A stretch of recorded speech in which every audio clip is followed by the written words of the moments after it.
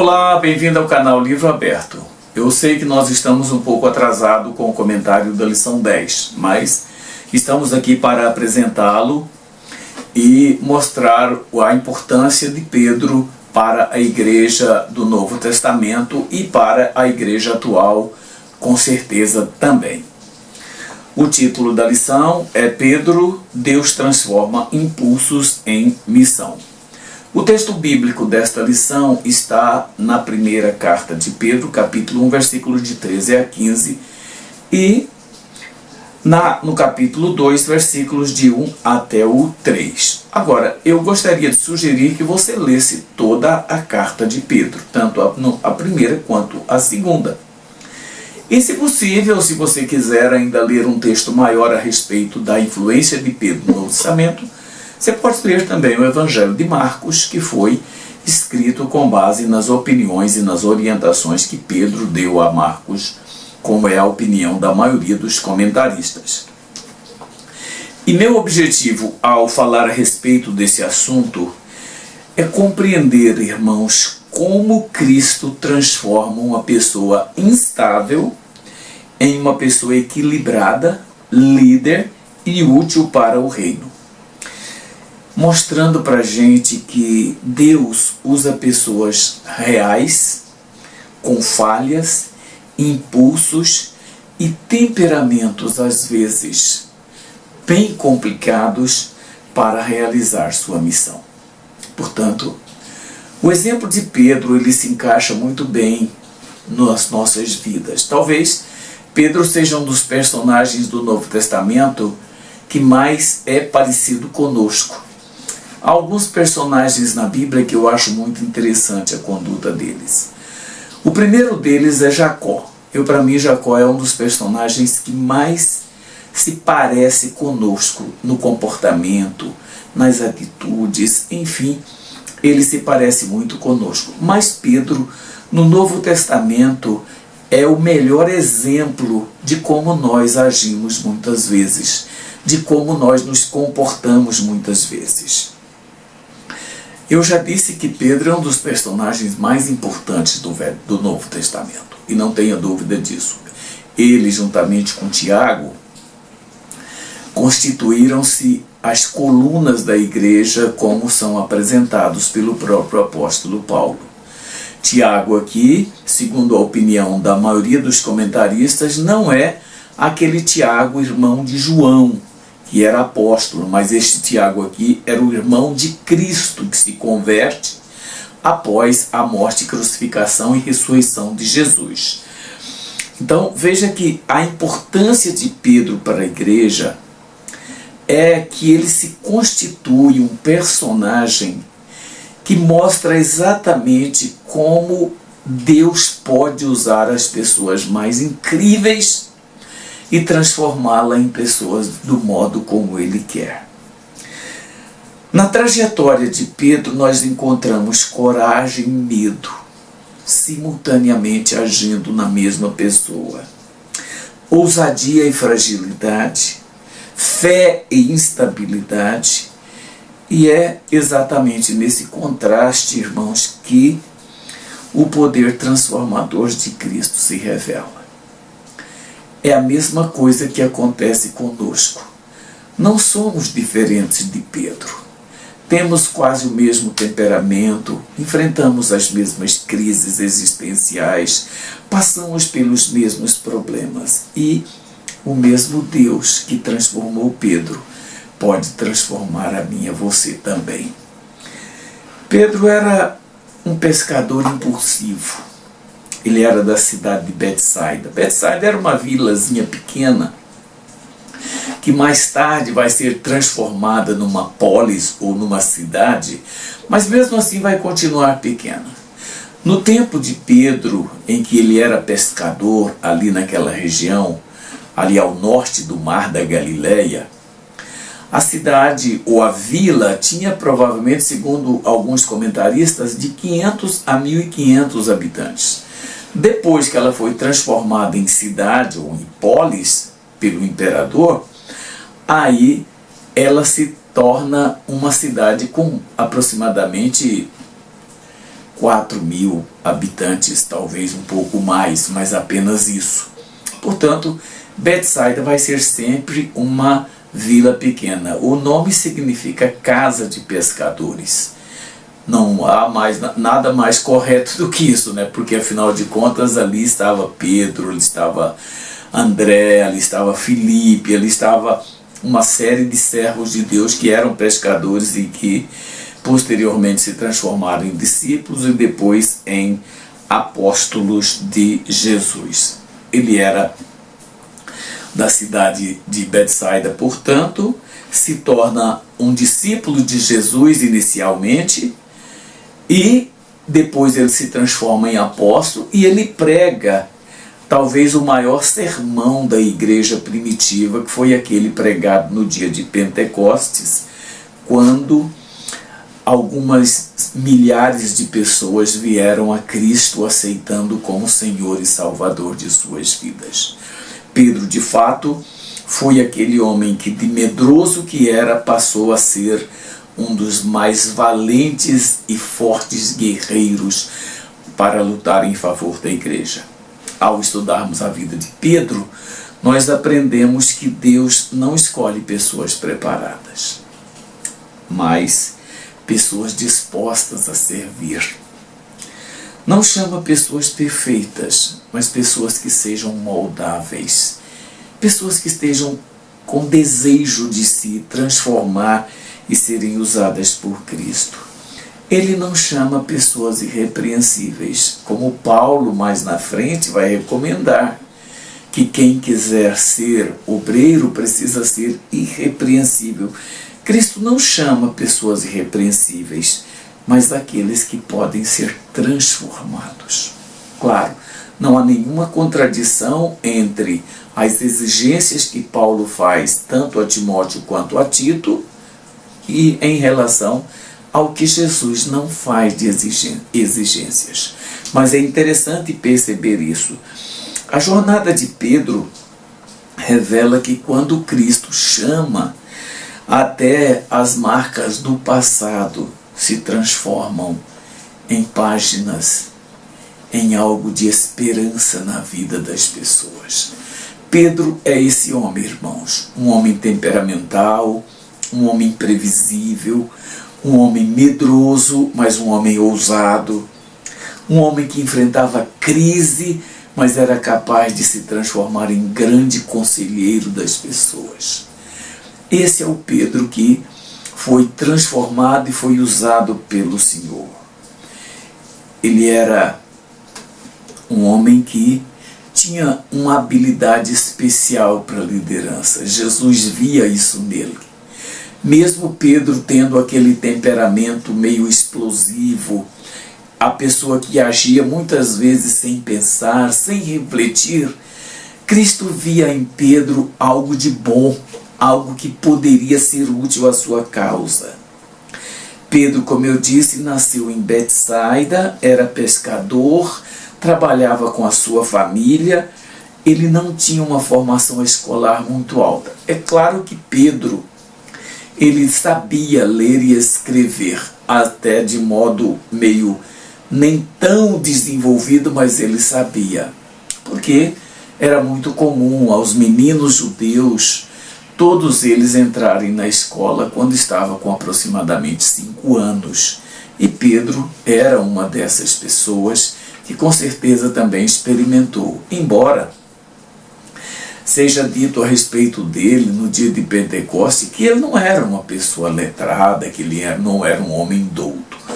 Mas não ser uma pessoa letrada não significa ser uma pessoa analfabeta. E não ser douto não significa que também ele não era capaz de tomar decisões e de fazer coisas que pessoas letradas e até certo ponto cultas podiam fazer. Mas o mais importante, ele foi alcançado pela graça de Jesus.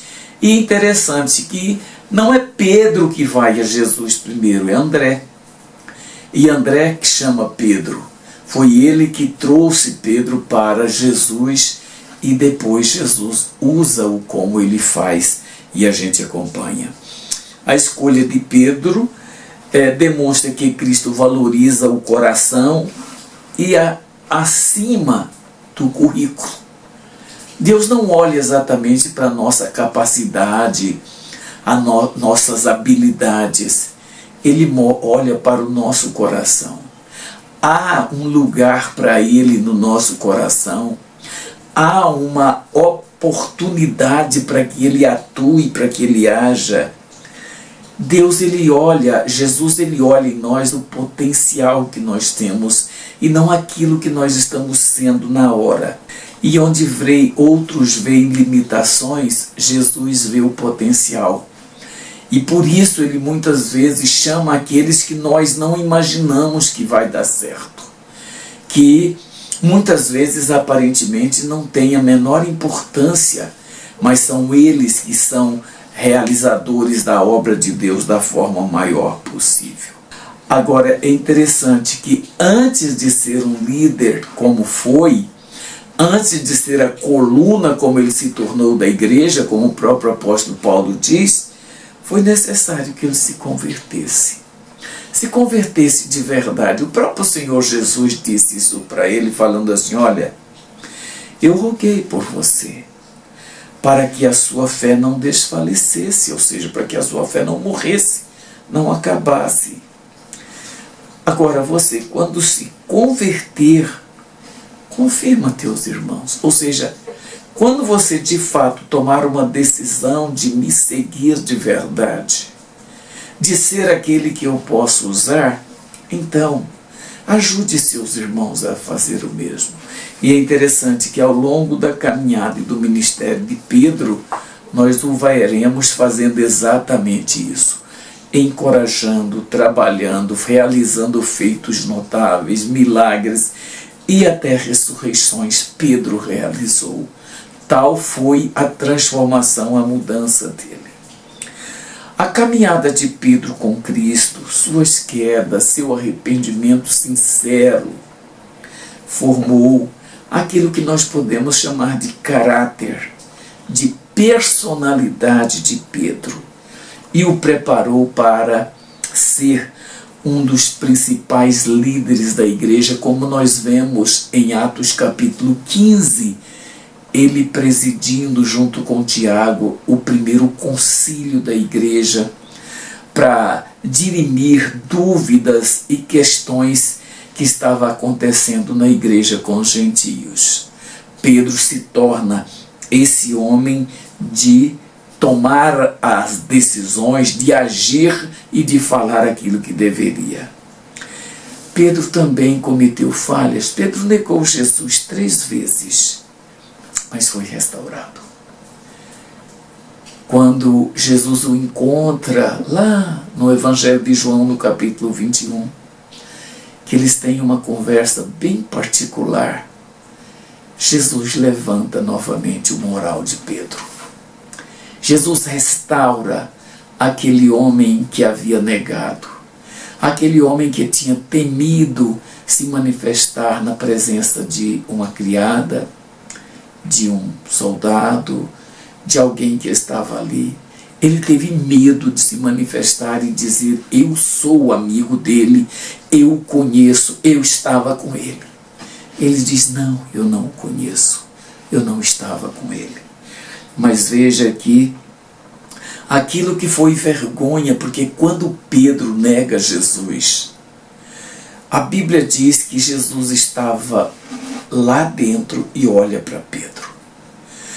Quando o olhar de Pedro cruza com o olhar de Jesus, alguma coisa magnética acontece. E Pedro desaba num choro, desesperado e envergonhado. Porque ele havia acabado de negar aquele a quem jurara defender até a morte. Mas, irmãos, a vergonha de Pedro deu lugar ao recomeço. E esse recomeço o conduz à missão que ele realiza na igreja. De ser o principal líder, de ser aquele que vai conduzir os destinos da igreja até a sua condenação e a sua morte de modo covarde, como a gente sabe que ele morreu. Esse é Pedro, aquele que Jesus chamou, mas que era temperamental, que tinha muitas dificuldades. Jesus não descartou Pedro por conta do comportamento e do temperamento dele, não. Jesus curou suas feridas. Jesus restaura tudo aquilo que Pedro havia perdido quando Jesus morreu e foi crucificado, quando Jesus foi sepultado. Ele disse simplesmente: eu vou pescar, fazendo com que os outros também retornassem. Jesus não descarta Pedro, ele cura suas feridas, ele devolve a Pedro o propósito de continuar servindo e cumprindo aquilo para o que ele foi chamado. Lembra? Quando Jesus o chama, ele disse: eu vos farei pescadores de homens. E foi exatamente isso que Pedro se tornou. Pedro era impulsivo, falava antes de pensar, reagia antes de refletir, mas Jesus viu nele um coração pronto para mudanças e uma pessoa capaz de ser transformada, capaz de ser moldada do jeito que Cristo queria. Mesmo quando Pedro falha, quando ele nega que conhecia Jesus, ele permanece perto do seu Senhor.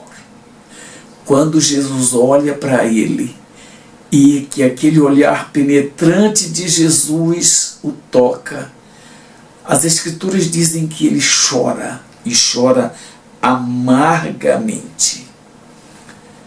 Pedro permanece próximo de Jesus até que Cristo volte a moldá-lo como Deus, como ele queria ser, como ele poderia ser. Quando Pedro confessa numa conversa com Jesus: tu és o Cristo, Filho do Deus vivo, não só Jesus que é ali revelado, Pedro também é revelado ali. E isso, irmãos, faz com que a vida de Pedro, a conduta de Pedro, ela seja moldada pela vontade, pela palavra de Deus. No Pentecostes, no capítulo 2 de Atos, o Espírito Santo capacita Pedro de tal forma que ele se torna um dos homens mais corajosos que a igreja já teve. Aquele que teve medo na frente de uma criada, aquele que nega Jesus, agora enfrenta as autoridades, prega com ousadia e conduz milhares ao arrependimento. Por isso é que eu falei, irmãos, que Pedro é muito parecido conosco, porque esse é o desejo que nós também temos. Mas falta-nos muitas vezes a perseverança, a dedicação, a vontade de continuar próximo de Cristo como Pedro faz. A graça fez o que a força humana não faria. Transformou Simão em Pedro. Muda aquele temperamental em um homem equilibrado, aquele medroso em um homem ousado, aquela pessoa que não era capaz de encarar uma criada, mas agora encara as principais autoridades e prega com ousadia a palavra de Deus. É interessante, irmãos, a trajetória de Pedro ela é marcada por episódios bastante interessantes. O episódio, por exemplo, de Pedro caminhar sobre as águas. A fé que faz com que um homem ande sobre as águas. É interessante aquilo. Agora, ao tentar caminhar sobre o mar, Pedro mostra coragem, mas ao afundar, ele expõe as suas limitações. Como nós somos parecidos com Pedro. A Até nisso, muitas vezes, irmãos, temos a ousadia, temos a coragem, mas muitas vezes também falhamos, também erramos. Pedro, ele mostra suas limitações, mas ele foi o único a sair do barco. Quando Jesus chama, ele sai do barco e desce. Jesus usa essa cena para ensinar que a fé e fragilidade convivem e que o olhar fixo em Cristo é capaz de vencer o medo, é capaz de vencer as adversidades. Quando Pedro desvia o olhar de Jesus, ele começa a afundar. Mas quando ele olha para Cristo novamente, ele se levanta e ressurge. Pedro, amados, é miraculosamente libertado da prisão, porque a igreja continuamente orava por ele. Essa história mostra que o poder de Deus age quando a igreja intercede, e que nenhum obstáculo é grande demais quando o céu pode intervir. É por isso que eu disse, irmãos, que a trajetória de Pedro é a nossa própria trajetória. A vida de Pedro, o ministério de Pedro, ele reflete muito o meu e o seu ministério. Às vezes somos ousados, mas muitas vezes covardes. Às vezes temos muito ímpeto, mas às vezes nos esfriamos. Pedro foi exatamente essa pessoa. E eu e você, como Pedro foi restaurado, podemos também ser. Podemos nos levantar e nos colocarmos na posição em que o Senhor pode e quer nos usar de verdade. Pedro, ele evidenciou isso. Todas as vezes que Jesus se aproximou dele, ele estava disposto a ouvir. Ele estava disposto a mostrar suas falhas. Em nenhum momento vemos Pedro justificando seus erros. Em nenhum momento vemos Pedro negar que ele havia falhado. Em nenhum momento ele não acusa ninguém. Por exemplo, no episódio em que ele está no pátio da casa do sumo sacerdote, provavelmente ele estava sozinho ali. Mas ele não acusou nenhum dos discípulos. Ele não acusou ninguém de tê-lo também abandonado. Ele assumiu o seu erro. Ele chora amargamente. Em nenhum momento ele acusa ninguém. E quando Cristo o chama e pergunta para ele no Evangelho de João: Pedro, você me ama? Sabe, irmãos, a atitude de Pedro, ela é uma atitude elogiável. Ele se coloca na posição para que Cristo visse nele exatamente o potencial, mas não as fragilidades que ele tinha. Ele deixa Cristo ver quem ele era na verdade. Ele deixa Cristo olhar para ele e saber o que ele era capaz. E a mesma coisa acontece comigo e com você hoje, acontece conosco. A história mostra, portanto, que o poder de Deus age quando a igreja intercede. Quando nós nos levantamos para interceder, Deus age lá na frente. Deixa eu te contar uma pequena história sobre a intercessão da igreja. Não tem muito a ver com a história propriamente de Pedro, mas com a importância da igreja interceder. Como ela fez no dia que Pedro estava preso e as portas da prisão se abriram naturalmente, guardando Pedro e libertando Pedro. Há um episódio que aconteceu com 2 missionários que estavam no campo trabalhando. Eu não me lembro detalhes desse testemunho, mas ele é muito relevante para que a gente perceba o valor da intercessão. 2 missionários estavam no campo trabalhando. Num dia determinado na agenda deles, eles foram a um determinado lugar para pegar o dinheiro e os suprimentos que eles precisavam onde eles estavam trabalhando. Quando eles voltavam para aquele lugar onde eles estavam trabalhando, a noite os surpreende na jornada de volta.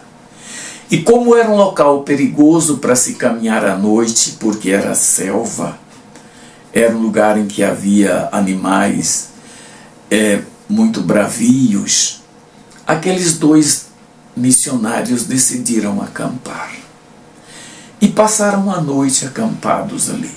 No dia seguinte se levantaram e foram para o lugar que precisavam ir. Alguns dias depois eles estavam pregando o evangelho naquele lugar, quando um moço se manifesta querendo aceitar Jesus. Depois de uma conversa com os dois missionários, aquele moço que estava aceitando Jesus pergunta para eles: onde estavam os soldados que os guardaram no dia que eles voltavam da cidade? Os missionários disseram que não havia nenhum soldado com eles. Aquele moço disse: havia sim, porque naquele dia nós dois, eu e um amigo meu, os seguimos quando vocês saíram do local onde vocês pegaram o dinheiro de vocês. Nós os seguimos para tomar o dinheiro de vocês. Quando vocês pararam à noite para dormir, para descansar, nós tentamos a noite inteira nos aproximarmos de vocês para tomar o dinheiro e não pudemos fazê-lo. Porque vocês estavam guardados por soldados que não dormiram um minuto sequer durante a noite. E eles disseram: eram 16 soldados que guardavam vocês. Aqueles irmãos disseram que não havia soldados, mas ficaram felizes com o testemunho, e aquele moço continuou com eles servindo a Deus. Tempo depois, aqueles dois missionários voltam para a cidade, para a igreja que os havia enviado. E quando eles estavam participando de um culto, contaram esse episódio para os irmãos. Ao terminar o culto, um dos irmãos que estava ali chamou aqueles dois irmãos e perguntou: em que dia aconteceu isso que vocês estavam falando? E eles disseram: olha, eles pegaram a agenda e olharam e disseram: foi em tal data, em tal dia. Aquele irmão começou a chorar. E eles, sem entender por que aquele irmão estava chorando, simplesmente porque eles disseram a data, perguntaram o que houve. E ele disse: irmãos, interessante, porque exatamente nesse dia nós nos reunimos em nossa casa para orar por vocês durante a noite. E fizemos uma vigília a noite inteira por vocês. E interessante, irmãos, que nós éramos exatamente 16 irmãos. Veja o valor da intercessão. 16 irmãos orando aqui, 16 soldados guardando os servos dele lá no campo missionário. A igreja precisa interceder mais, a igreja precisa orar mais, a igreja precisa se preocupar mais com esse ministério. A vida de Pedro, irmãos, é um lembrete de que o Espírito Santo transforma homens comuns em instrumentos extraordinários para o reino de Deus. Pedro realizou sinais, curas, prodígios, como nós vemos relatados no livro de Atos. Até a própria sombra dele curava as pessoas. Mas, irmãos, não era a sombra de Pedro que curava, mas a graça de Deus agindo por meio dele, que estava disposto a servir. Não era Pedro que realizava milagres, não era a sombra dele que realizava milagres, era a graça, era o amor de Deus que fazia isso. Meus irmãos, A jornada de Pedro responde a uma pergunta essencial para nós hoje. Deus pode usar alguém como eu? Deus pode usar alguém como você? E a resposta para isso é um claro e maravilhoso sim, desde que nós nos coloquemos à disposição dele, desde que nós nos coloquemos prontos para ser usados por Deus, com os nossos erros, com as nossas falhas, com os nossos temperamentos às vezes desequilibrados. Mas Deus pode nos usar e nos moldar. Cristo transforma temperamentos, cura feridas, restaura caídos e molda líderes. De quem? De pessoas perfeitas, de doutores, de mestres, de grandes homens? Não. De pessoas simples como eu e você. De alguém que está pronto para dizer: Senhor, eis-me aqui, envia-me a mim. Usa-me, Senhor. Usa-me conforme o teu querer, do jeito que o Senhor quer. Usa-me. Essa deve ser a nossa oração. O Pedro que nega é o Pedro que prega. O Pedro que teme é o Pedro que lidera. O Pedro que falha é o Pedro que fortalece os irmãos, que ajuda aqueles que estão fracos, que caminha carregando a igreja em suas costas. A história de Pedro não é só sobre perfeição, mas sobre graça. E essa graça continua alcançando pescadores modernos, homens e mulheres cheios de limitações, mas dispostos a seguir ao Senhor e ir aonde Ele nos enviar. É isso que nós precisamos fazer.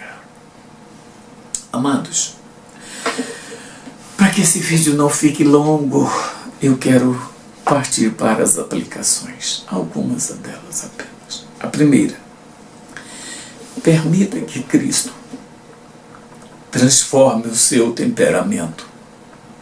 Sabe, seus impulsos podem se tornar instrumentos de Deus. Sua determinação, sua ousadia, ou até a sua imprevisibilidade pode se transformar quando você se render ao Espírito de Deus de verdade. Como Pedro se rende, como Pedro se humilha e ora e chora amargamente. Segundo, reconheça suas quedas, mas procure se levantar. Não fique caído. Sabe, irmãos, Pedro jamais se conformou em estar num lugar inferior. A restauração de Pedro prova que a graça vence a vergonha, a incapacidade, dificuldades. Tudo isso a graça de Deus pode mudar. 3. Busque revelação e profundidade espiritual. Irmãos, a identidade de Pedro mudou quando ele compreendeu quem Jesus era. Quando ele viu quem era Jesus, a vida dele mudou. 4. Persevere na oração e confie no agir de Deus. Sabe, irmãos, às vezes oramos e não vemos as respostas que nós esperamos. Mas o agir de Deus é no tempo dele, não no nosso. Lembra na lição passada quando falamos sobre o Cronos e o Kairos? Deixa o tempo de Deus, que é o Kairos, agir e resolver as situações. Como Pedro na prisão, você vai ver portas a abrir no tempo de Deus, no tempo certo. Espera um pouquinho. Finalmente, Entregue-se totalmente ao chamado do Senhor. Não coloque restrições, exigências, nada, desculpas, nada. Pedro largou as redes, Pedro deixou família. Quem larga seus pesos, suas redes, encontra o verdadeiro propósito no ministério. Você quer servir a Deus de verdade? Então se entregue a Ele de verdade. Coloque-se à disposição dEle de verdade, como Pedro fez, e Deus usou da forma como usou. Que o Senhor te abençoe. Até a nossa próxima lição, se Deus permitir.